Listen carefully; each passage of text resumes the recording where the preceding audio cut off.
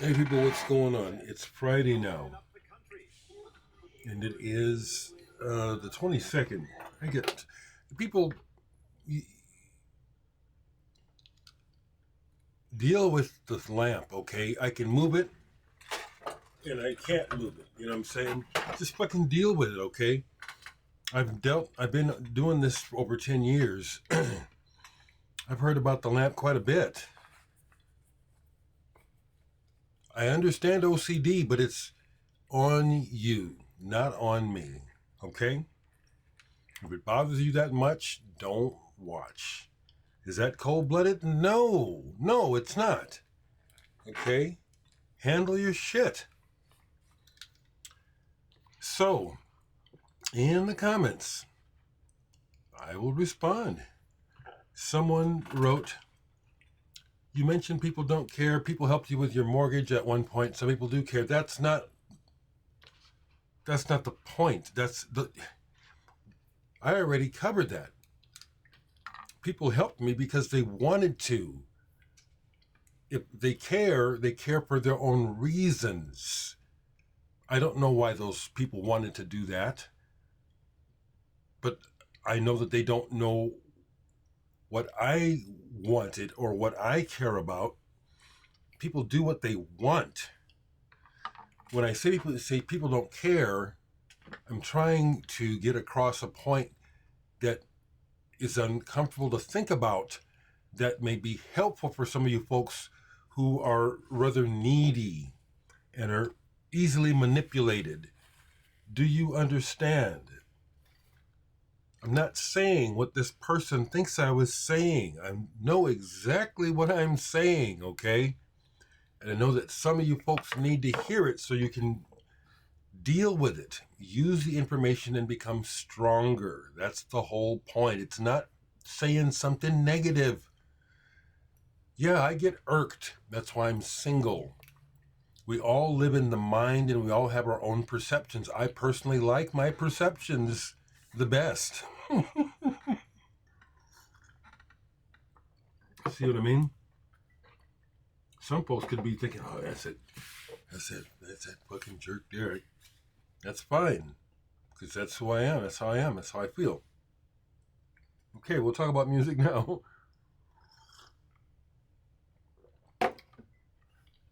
We all have our thoughts and opinions, and we live through our own experiences. I'm not living through anyone else's experience. So whatever anyone else has to say to me about me is fine, but that's what you think. It's not what I think, and I don't live by your thoughts like I used to try to, and like some people do. Some people are in absolute misery, chasing what they think they need to do to please others, to make people think of them in a certain way. I see through that. But that's a big part of what's going on in this world everywhere. People are chasing the illusion. Look at what the entire country of America is going through with Donald Trump, because he's a phony and can't, because of the way he was raised, he can't admit to failure. And we're in this, we've got the courts are just tied up in a mess. Excuse me. I'm just going to let that go. I got my heat on. Well, I do need to turn it down. I do.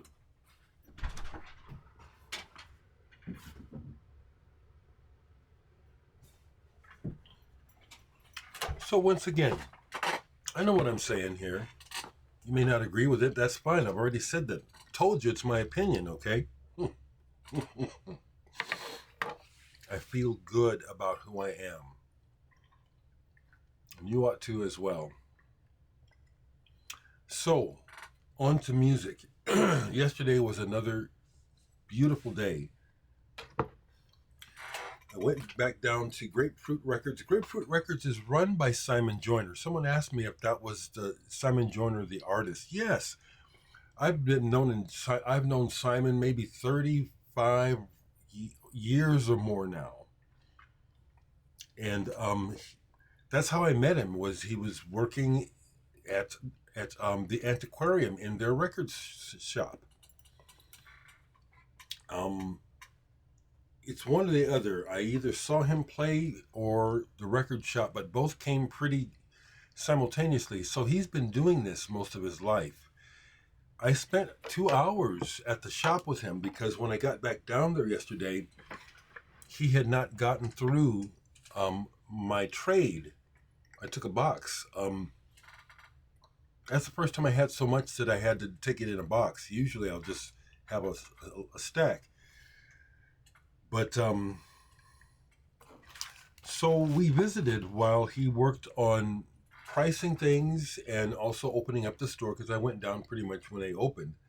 And it was funny because Simon was embarrassed. Oh, I haven't even gotten to him yet. I said, I'll hang out for a while.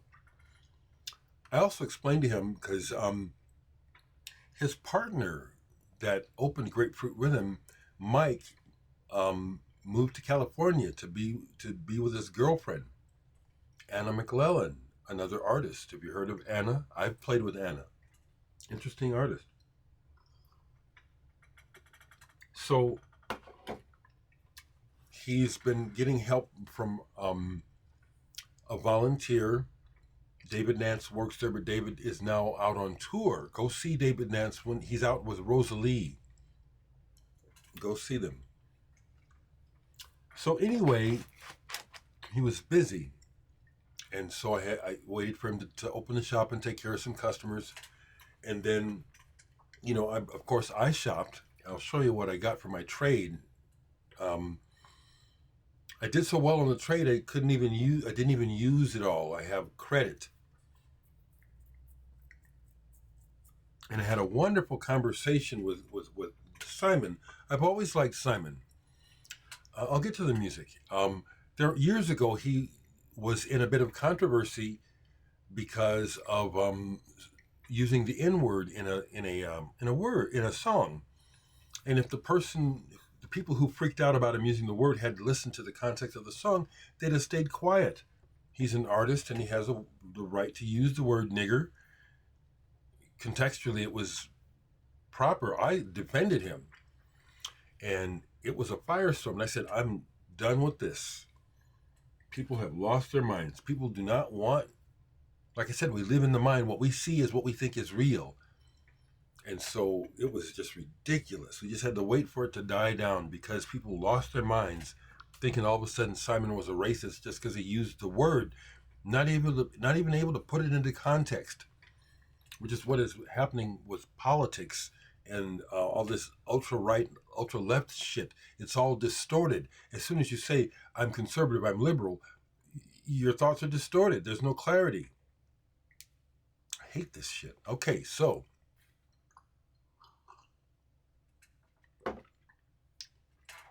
what did I get for my trade? I'm very happy with what I got for my trade. I'll just go in order. Zeb, salts of heavy metals. This is the fella, I could look it up. I don't know if he's originally from America. I think he's passed away already, but he came into my, I found about post-punk. The guy who would do February 8th, 51, died in 2017. He was American. Stephen Weiser is the name. Moved to San Francisco. I thought there was a San Francisco connection, yeah. This is him with industrial waste, garbage, and the picture is what you see. He's throwing the stuff around, making a racket. It's interesting. It's a beautiful racket. This is a live these are live performances, and you can hear at the points where you can hear the audience. Some people, it's like they're and the other people's going like, yeah, wow. This must have been something to experience, because it would have been like a first time, a very physical performance of creating a din, literally a din. But the pieces, there's several pieces on here, and they're all different. It's like, wow. I love shit like this. While I was down there hanging out with Simon, we listened to music, listened to some Midori Tanaka, and we listened to this Japanese person. I can't remember the name right now, but it was really cool to listen to this avant-garde noise-based sort of music with Simon. We both get it. It was wonderful to listen to this stuff and talk about it with Simon. I had a great time with Simon, and at some point maybe we'll play together. I said to him, I'd like to play with you just to say I did it, kind of like David Nance. We'll see if it happens. Pick this up. Another one in the black jazz. Not an original. This is a reissue. When these first came out, folks, I actually knew the scuttlebutt. Somehow I found out about how this was a very, very much a exploito endeavor, where the black jazz musicians who made the records did not share in the profits. That's what I understand. If somebody knows better, tell the story, but that's what I hear from someone who was on the label too, okay? I'm not going to put any words in his mouth, but these guys didn't make any money off these records. They might have gotten in advance or I don't know, whatever it's not a stipend, but you know what I mean? But profit share on these records, none of the artists did. Is this good? Yes, and what's interesting to me is I've never owned this record, but The Traveler, which is credited to him, Rudolph Johnson, I'd heard it before. It's like, I can't place how I know this music. Probably just in life. Somewhere in the neighborhood. Someone else I knew had the record, didn't even know. Cheers. The coffee is good this morning. Folks, you can talk to me and talk to me in the comments. I mean no harm, so don't come here with harm or ill intention, because I have none. I'm just talking, and I have emotions. So I think sometimes people misinterpret my fervor. Don't. I care about you as much as I care. But I can't care about you the way that you care about you. Do you understand that? That's what I'm trying to say. Okay, this is a reissue. But the cover is, I got to get this. Dereck Bailey, the legendary guitarist, and Jamie Muir, the legendary percussionist. I'm just having fun. Who was in King Crimson for a while. Lark's Tongues and Aspic, that album in particular. Dart Drug. These are some recordings from 1981. I think this is a facsimile of the original cover, or part of it, a detail. I love that picture. It perfectly captures what you hear here. This is a dynamic performance. Dereck Bailey, as some of you folks may know, he's an improviser, avant-garde guitarist. He doesn't play melodically the way that you normally expect a guitarist to do. But what he does is brilliant. See if you can do it. And the interplay on this between them, it's like, whoa, it's a dance. And you can see Jamie Muir is literally dancing while making these sounds. This is brilliant. And that cover is brilliant. I am about art. I do like good covers. I hate buying records with shitty covers. They don't make sense to me, but it's the way the world is. Got this in the used section. It was one where I didn't know what I was getting, except I knew one of the artists, so I kind of knew. I knew this would be noise-based performance. Friday the 13th is the name of the album. Notice the graphic.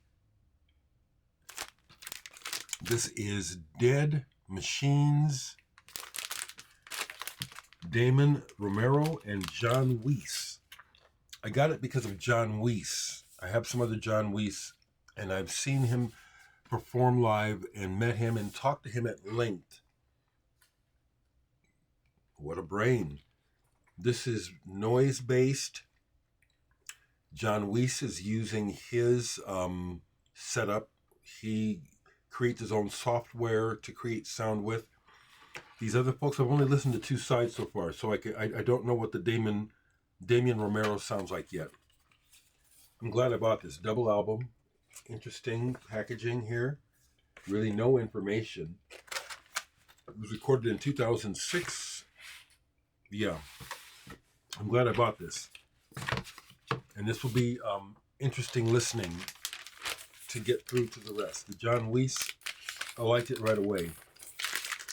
And this is called Friday the 13th because all 4 of these sides were recorded on Friday the 13th. That's why it's called that. I was really happy to find this. Alva Noto is someone who has done several collaborations with my man, Ryuichi Sakamoto. I have them all digitally, but up until today, I only had one on vinyl. So I got this yesterday. I was so glad to see it. Summvs.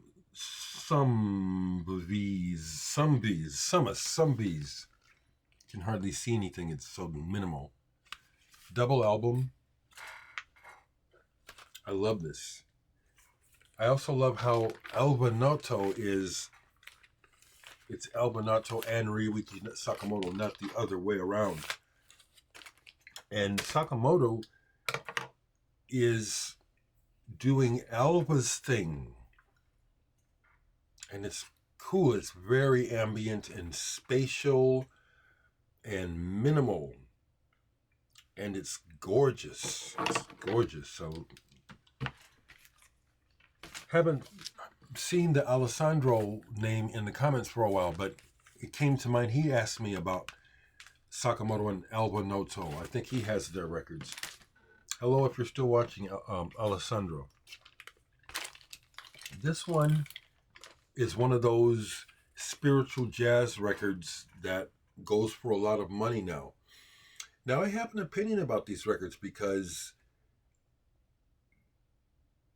I love this stuff, but I can see where this is another example where it's a bunch of black people, Brother Ah and the Sounds of Awareness, Key to Nowhere, spiritual, beautiful. This is a reissue, and no big names on here. This is beautiful though, very black oriented, very spiritual. Look online and see that these go for hundreds of dollars. Once again, I bet when it first came out, they probably couldn't give it away. The point that I'm trying to make is this is likely what will happen to me. I'll either be, when I'm dead, I'll either be completely forgotten or someone's going to cash in on me. Oh, this legendary stuff. This is very good. But I like to say it like it is. A lot of these records, people never... There's people whose... My friend Tom Ware, it happened to him. His first solo album, which he got licensed and released by Sky Records, after he put it out himself, even when he did the Sky thing, he had a closet full of albums he couldn't sell. And then after that, someone else got a hold of him and wanted to license it again. And I'm certain that there are many stories like this where the artist was stuck with product that he couldn't sell. I know this one story, I believe it's true, about Gordon Lightfoot. Back when his records, he was making records, and then at some point in the 70s, the sales kind of topped off, and you started seeing his records in the cutouts. My understanding is that at one point when this first started to happen, Gordon Lightfoot really got upset about it and would literally go buy up the discount copies of his record that he could find, and he destroyed them. I don't know if this is true, but I can certainly understand the feeling about it. You know, here's my life's work. This is what I love, and here it is for 25 cents.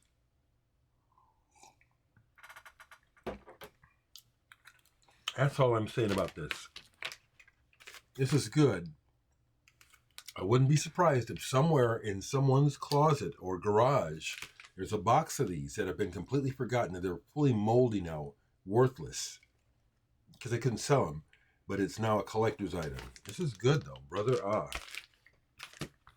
Here's one where I was hanging out with so I looked and then I was done. So I went and I sat with Simon and had a nice conversation while he was pricing my stuff. And we talked about stuff. And I got to look at stuff behind the counter. So I was able to pick up some things that didn't even make it out into the store. I like that. It says, this is going home with me. And this is one of them. Because you don't see James Brown records in the used section in good shape very often. Revolution of the Mind. Double album. Look at the shape this is in. Now the records are played. They're not beat, but they're played. So we had to kind of dicker around on this one. So these records, as you know, have gone up in value. See, that's not too bad. So when we looked this up, it was like, okay, well, it starts at 40. It's going for around $40. But like I said, Simon is a friend, and we have mutual respect. He's a collector too, so we got it down to 25. We took it all the way down from 40 to $25 for this. Very happy. Played some of this. Sounds like he might have done a bit of cocaine, where he has to kind of work to get his voice, out of the crackle. I hope I'm saying it right. The crackle phase, where you're so high that you have to kind of slide into what you can really do out of what your body is processing with the cocaine. I know from experience. 30 plus years sober. You can't even tempt me with cocaine. That shit is nasty. Here's another one that I spotted behind the counter as I'm talking to Simon. And I knew this cover, so I grabbed it to take a look at it to see. Mick Softley, Sunrise. This is a singer-songwriter from the UK 70s, early 70s. Now, it's not that I'm looking for this sort of thing. It's what I'm looking for is this particular type of release from that time period. Look at those graphics. That tells you something, okay? So what we have here is he's working with people who have worked like with Soft Machine and Cat Stevens. So you go from song to song to find the gems. There'll be a song that sounds like a regular folk song. There'll be a song that's kind of jazzy, another song that's like ragtime. And then there'll be the quiet, introspective song, the ones that I'm looking for. And this has it. I'd seen this record in collections and online before and knew I was interested in it. And this was $40. It wasn't cheap. No, these records, like I was saying in a few videos back, now that record collecting has crossed over into big time profitability, that's where prices are all going up. That's a cool cover. Mick Softley, Sunrise, and original orange CBS. And I said, yeah, this is an example of the kind of thing that I'm looking for from the past. Grab this. I've known about this record, and it's been reissued a few times. Serge Gainsbourg's Histoire de Melody Nelson. Interesting that I just picked up that Jane Birkin Gainsbourg record less than a week ago, and then I come across this. Because I went ahead and grabbed this after listening to the Gainsbourg. I knew about him. But listening to the album, I was like, ooh. And this is a brand new 2024 Light in the Attic reissue. When I grabbed it out of the racks, I didn't even notice that. I just noticed that it was colored vinyl. I said, okay, I'll get this one. This is really good. It's groovy. The first, the title track Melody is cool. It's a rock track. and it's good.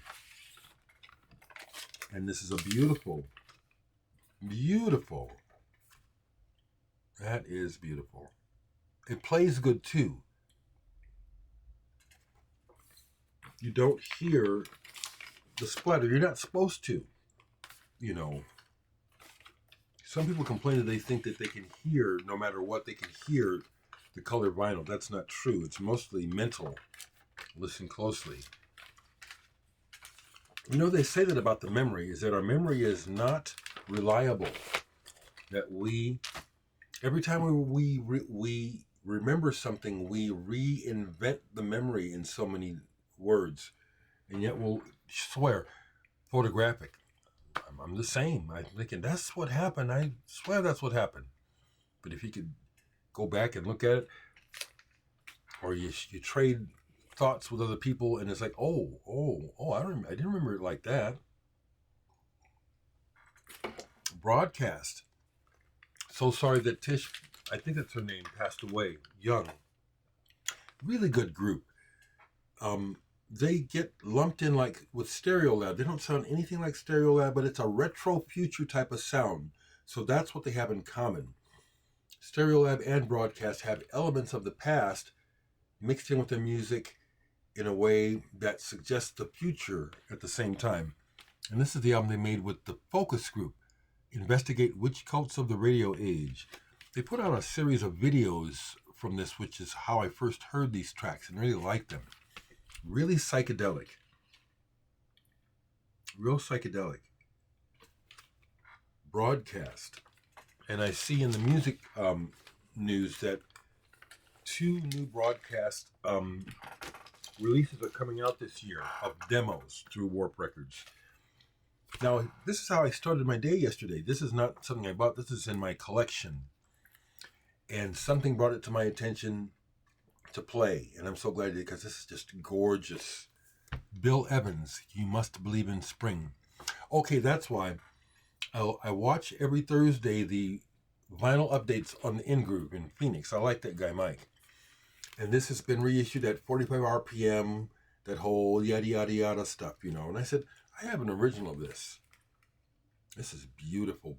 Bill Evans was unique, had a touch and a sensitivity that is singular, and you always hear it and you feel it.